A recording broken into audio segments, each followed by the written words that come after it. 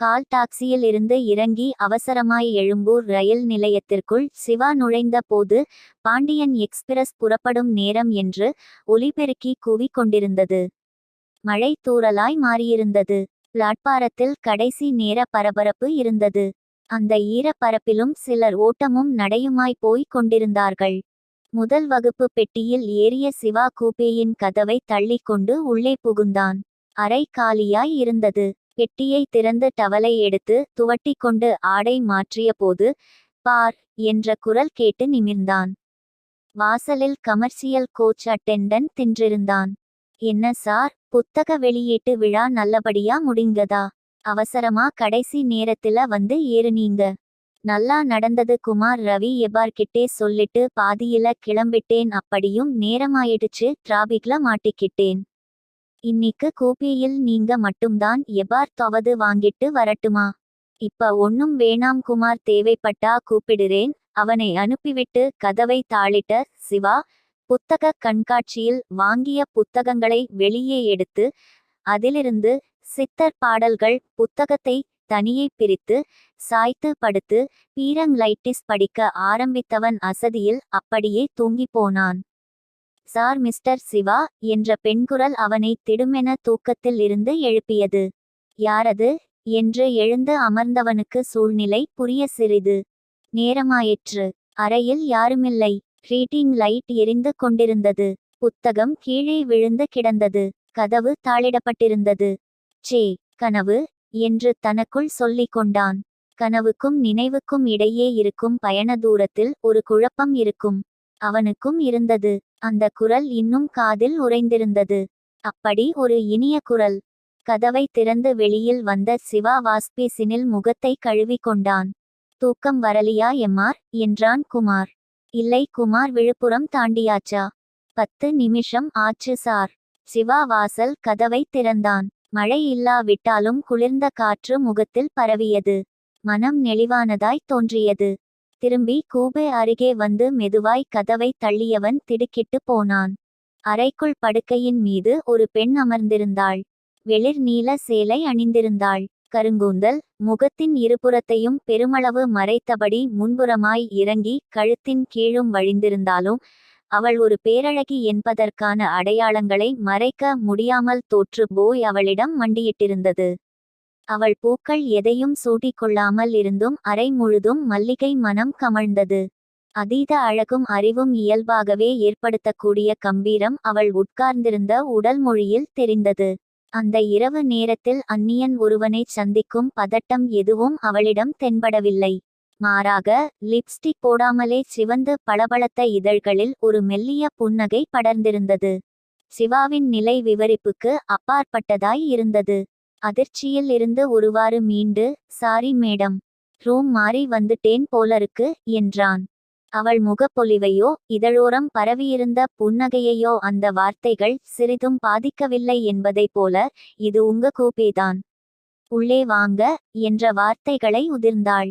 அந்த குரல் அவன் நரம்புகளை சிலிர்க்கச் செய்தது. கொஞ்ச நேரத்துக்கு முன் தன்னை தூக்கத்திலிருந்து எழுப்பிய இனிய குரலும் இதுவும் ஒன்றோ என்ற சந்தேகம் தோன்றியது. தான் இன்னும் கனவுதான் கண்டு கொண்டிருக்கிறோமோ என்ற குழப்பம் எழுந்தது. இவனது குழப்பம் அவளது புன்னகையை இன்னும் பெரிதாக்கவே, இன்னும் என்ன தயக்கம் மிஸ்டர் சிவா என்றாள் அவள். இந்த நாள் ஒரு மறக்க முடியாத நாளாய் இருக்கப் போகிறது என்று அவனுக்கு தோன்றியது. மெதுவாய் அவள் அருகே சென்றவன், நீங்க யார்? இங்கே எப்போ வந்தீங்க? என்னை உங்களுக்கு எப்படி தெரியும் என்றாள்.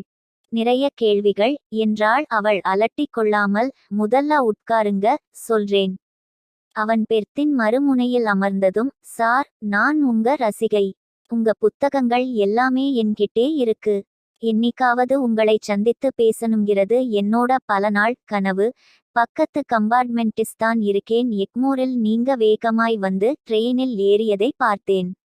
அப்பவே வந்து சந்திக்கலாம்னு நினைச்சேன். அப்ப ஏதோ தயக்கம், அப்புறம் தூக்கமே வரலே.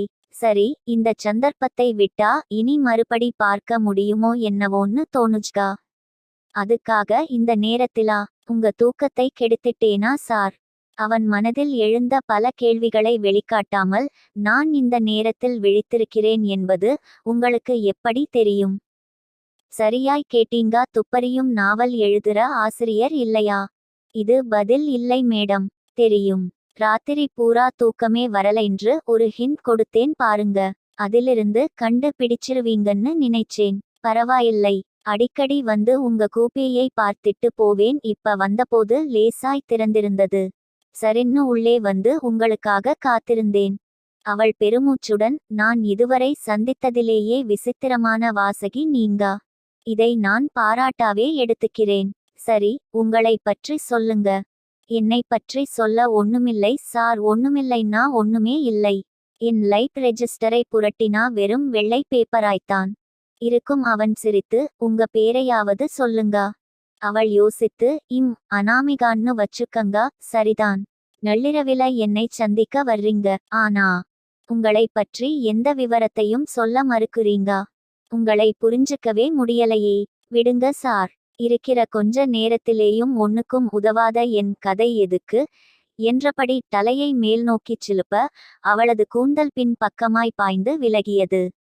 அவளது பக்கவாட்டில் இருந்து பளிச்சிட்ட விளக்கொளி அவளது முகத்தில் பரவி, இதுபோல் அழகு இதுவரை பார்த்ததுண்டா என்று கேட்டதோடு மட்டும் நின்றுவிடாமல் குறும்புத்தனமாய் அவளது உடலின் மேல் சில இடங்களிலும் ஒளியை குவித்து அசர அடித்ததால், நான் இதுபோன்ற அழகை கதைகளில் கூட காட்டவில்லையே என்று வியந்து போய் நின்றான் அவன். தன் மனம் கவர்ந்த கதாசிரியன் தன் அழகில் மெய்மறந்து நிற்பது அவளுக்கு ஒரு நிமிடம் பூரிப்பை உண்டாக்கினாலும், தான் வந்த வேலையை நினைத்து உங்ககிட்டே சில கேள்விகள் கேட்கணும் என்றாள். அவன் வசதியாய் பின்பக்கமாய் சாய்ந்து கொண்டு, கேளுங்க என்பதை போல அவளை பார்த்தான். அவள் அவன் கண்களை நேரடியாய் பார்த்து, மரணத்தை பற்றி என்ன நினைக்கிறீங்க என்றாள். அவன் திடுக்கிட்டு, என்ன கேட்டீங்க? மரணம் பற்றிய உங்க அபிப்பிராயம் என்ன சார்?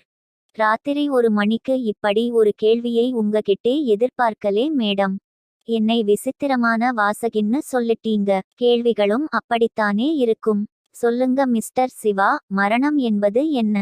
பலருக்கு தண்டனை, சிலருக்கு விடுதலை. சரி, மரணத்திற்கு பிந்தைய வாழ்க்கை. அப்படின்னா ஆத்மாவுக்கு அழிவில்லைன்று சொல்றாங்களே, அந்த ஆவி உலகம் பற்றி கேட்கிறேன். எனக்கு அதில் எல்லாம் நம்பிக்கை இல்லை மேடம். நீங்க ஏன் வேற ஜர்னலில எழுதுறதில்லை? எனக்கு சிறு வயதில் இருந்தே இதிலதான் ஆர்வம் மேடம். ஏய் கதை எழுதுலிங்கள, மதில்தான் நம்பிக்கை இல்லைன்று சொன்னேனே. ஆவியை நேரே பார்த்தா நம்புவீங்களா? அவன் சிரித்து, நேரே வரட்டும், பிறகு பார்க்கலாம். உண்மையில் நடந்த சம்பவம் ஒன்னு எனக்கு தெரியும். சொல்லட்டுமா? வேணாம் மேடம். இதுபோன்ற கற்பனை கதைகளை நான் நிறைய கேட்டிருக்கேன். இதெல்லாம் எழுத நிறைய எழுத்தாளர்கள் இருக்காங்க. தவிர பயம் காட்டுற பேய், சிரிப்பு காட்டும் பேய், அழவைக்கிற பேய்ன்னு சினிமாவில நிறைய பார்த்தாச்சா? இன்னும் என்ன பாக்கி இருக்கு? நான் சொல்றதை கேட்டுட்டு முடிவு எடுங்களேன். இந்த டாமிக் வேண்டாமே. முதல் முறையாக அந்த மலர் முகம் வாடியது. சாரி சார் என்றபடி எழுந்தாள். இந்த நேரத்தில வந்து தொந்தரவு செய்தலுக்கு மன்னிச்சுக்கங்க. கையில் வைத்திருந்த ஒரு சிறு அட்டை பெட்டியை அவனிடம் நீட்டி, தயவு செய்து இந்த சின்ன அன்பளிப்பை நீங்க ஏத்துக்கணும். அவனதை பிரித்து அவனிடம் திட்ட, உத்தரா சிங் பத்தான்னு சொல்லுவாங்க. இதை வச்சிருக்கிறது நல்லதுன்னு சொல்றாங்க. உங்களுக்கு இதில நம்பிக்கை இல்லாட்டாலும் எனக்காக இந்த பரிசை வாங்கிக்கங்க.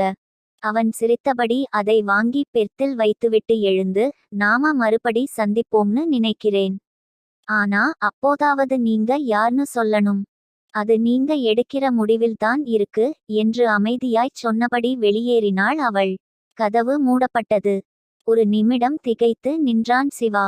அவள் மனதை புண்படுத்தி விட்டோமோ என்று தோன்றியது. சட்டென கதவை திறந்தான். நடைபாதை அமைதியாய் இருந்தது. அவசரமாய் வெளியே வந்தவன் கதவை நெருங்கிய போது, என்ன சார், இன்னும் தூக்கம் வரலியா என்றான் குமார். அவன் வார்த்தைகள் காதில் விழாதது போல, குமார், இப்போ இந்த பக்கம் ஒரு பெண் வந்தாரா? இல்லையே சார், இப்பதான் கொஞ்ச நேரத்துக்கு முன்னாடி.